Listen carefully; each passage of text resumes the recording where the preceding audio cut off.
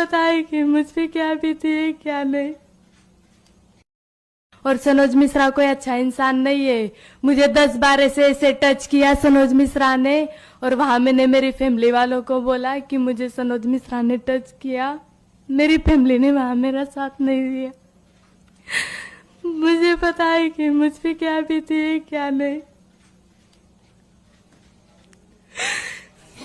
मेरे साथ अन्याय हुआ है, मुझे सिर्फ और सिर्फ इंसाफ चाहिए।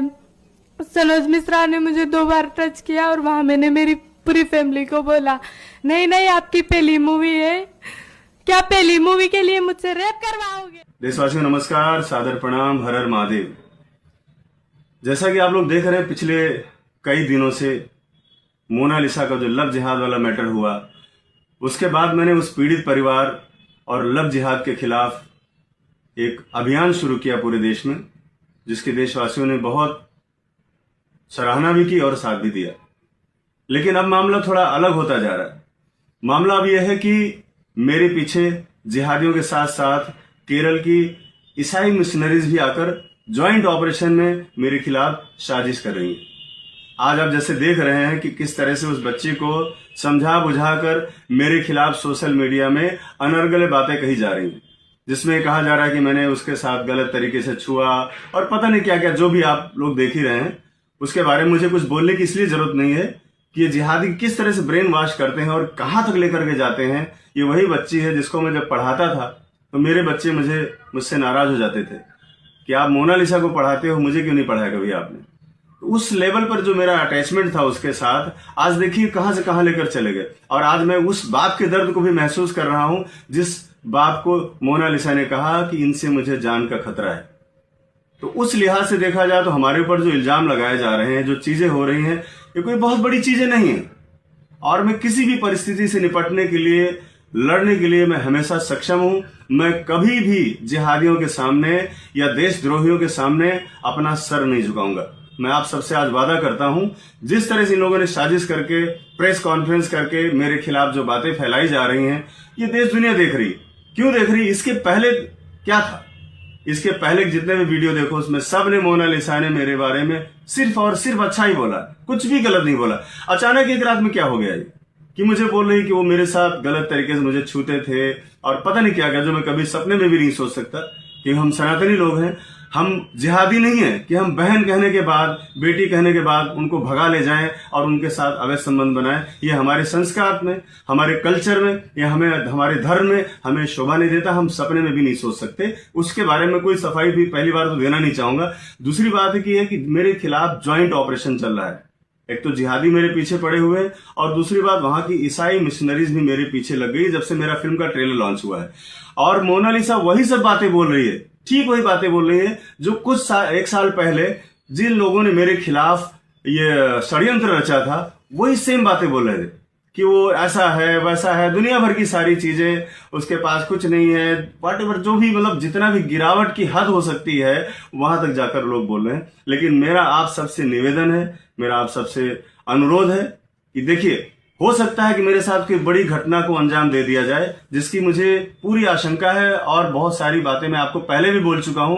1 हफ्ते पहले जब मैंने वीडियो जारी किया तो उसमें भी मैंने कहा था कि मोनालिसा को मेरे खिलाफ भड़काया जा रहा है, उसको खड़ा किया जा रहा है। ये बात मैं आपको पिछले वीडियो में बता चुका हूं, जब मैं भोपाल स्टेशन पे था, वहां से मैंने वीडियो जारी किया था। क्योंकि केरल से मुझे ऐसी खबरें आ रही थी। केरल में भी लोग हैं, हमारे राष्ट्रवादी लोग हैं, वो लोग मेरे संपर्क में हैं और मुझे बताते हैं कि वहां क्या होने वाला है और क्या हो रहा है। आने वाले समय में मेरे साथ, मेरे परिवार के साथ कुछ बड़ी दुर्घटना हो सकती है। ये बात आप सब तक पहुंचाने के लिए मैं वीडियो बना रहा हूं। और मैं आपसे कहना चाहूंगा कि लव जिहाद की लड़ाई, धर्मांतरण की लड़ाई रुकनी नहीं चाहिए।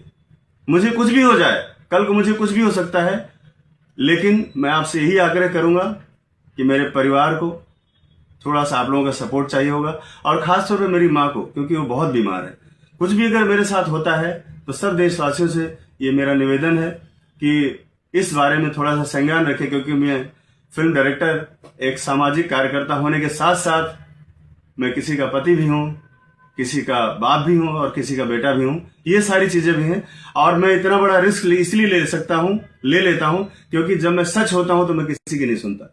मेरे साथ सच्चाई है, सारे प्रकरण आपके सामने है। आपने देखा कि किस तरह से एक भोली भाली लड़की को बहकाकर ब्रेन वॉश करके फिल्म के बहाने केरल ले जाया गया। केरल जहां के बड़े बड़े मंत्री मिनिस्टर खड़े होकर के आकर शादी को प्रमोट कर रहे हैं और वहां से पोस्टर जारी कर रहे हैं, द रियल केरल स्टोरी। ये सिर्फ सनातन को बदनाम करने के लिए, सनातन पे दाग लगाने के लिए और शादी को आइकॉन बनाने के लिए कि हिंदू मुस्लिम की शादी देखो सक्सेस है, ताकि और भी लड़कियां इसके लिए प्रेरित हों। इसके लिए बड़ी अच्छी सी प्लानिंग की गई, जो मैं बार बार आपसे लगातार कहता आ रहा हूं। और आज मेरी आवाज को दबाने के लिए इस तरह से मेरे ऊपर आरोप और एलिगेशन लगाए जा रहे हैं, जो आप लोग देख ही रहे हैं। लेकिन देश की जनता ये जान रही है कि ये आरोप पहले क्यों नहीं आए। और अभी उनके पिताजी से भी बात हो रही, उनका भी वीडियो आ रहा है, वो इस बारे में क्या करें वो भी पहले आप लोग सुन लीजिएगा। और जिस तरह से मेरे खिलाफ एक नैरेटिव गढ़ा जा रहा है, मुझे पता है कि मेरे राष्ट्रभक्त, मेरे सनातनी भाई मेरे साथ हमेशा खड़े, क्योंकि वो मुझे जानते कि मैं कैसा हूं। आप सबसे विनम्र निवेदन है और देश के प्रधानमंत्री माननीय मोदी जी से, माननीय अमित शाह जी से, हमारे यहाँ के मुख्यमंत्री श्री फडणवीस जी से, मोहन यादव जी हमारे मध्य प्रदेश के मुख्यमंत्री साहब से और माननीय योगी जी से सबसे विनम्र निवेदन है कि इस मैटर में अगर मेरे साथ कुछ भी होता है तो उसकी बड़ी निष्पक्ष जांच हो। और इस प्रकरण की जो ये प्रकरण जो अभी चल रहा है लव जिहाद का, ये छोटा मोटा मुद्दा नहीं था। इस पर मेरा जो आर्थिक नुकसान था या मेरा जो सामाजिक नुकसान था या जो मानसिक था, उन सब से परे है सनातन में इस तरह का गंदा मैसेज जाना, जिसके लिए मुझे लगा कि मुझे लड़ना चाहिए। और इस लड़ाई में मैं अगर नहीं उतरता तो परिवार सक्षम नहीं था, वो बोल नहीं सकते, कहीं जा नहीं सकते, किसी से मिल नहीं सकते, उनके पास कोई संसाधन नहीं है। तो अगर मैं खड़ा हुआ हूं इस लड़ाई के लिए, तो इस लड़ाई को अंजाम तक पहुंचाऊंगा। इसमें अगर मैं मिट भी गया तो मुझे कभी इस बात का मलाल नहीं होगा, क्योंकि जीवन नश्वर है और मैंने हमें कभी भी जिंदगी की इतनी परवाह नहीं की। मुझे मालूम है केरल से बहुत बड़ा षड्यंत्र हो रहा है और हो सकता है कि कुछ ही घंटों में आप लोगों के सामने चीजें आ जाए। इसलिए आप सबसे निवेदन है, इस लड़ाई को और मेरी आवाज को कभी दबने मत देना। हर हर महादेव, जय सनातन, जय हिंदू राष्ट्र।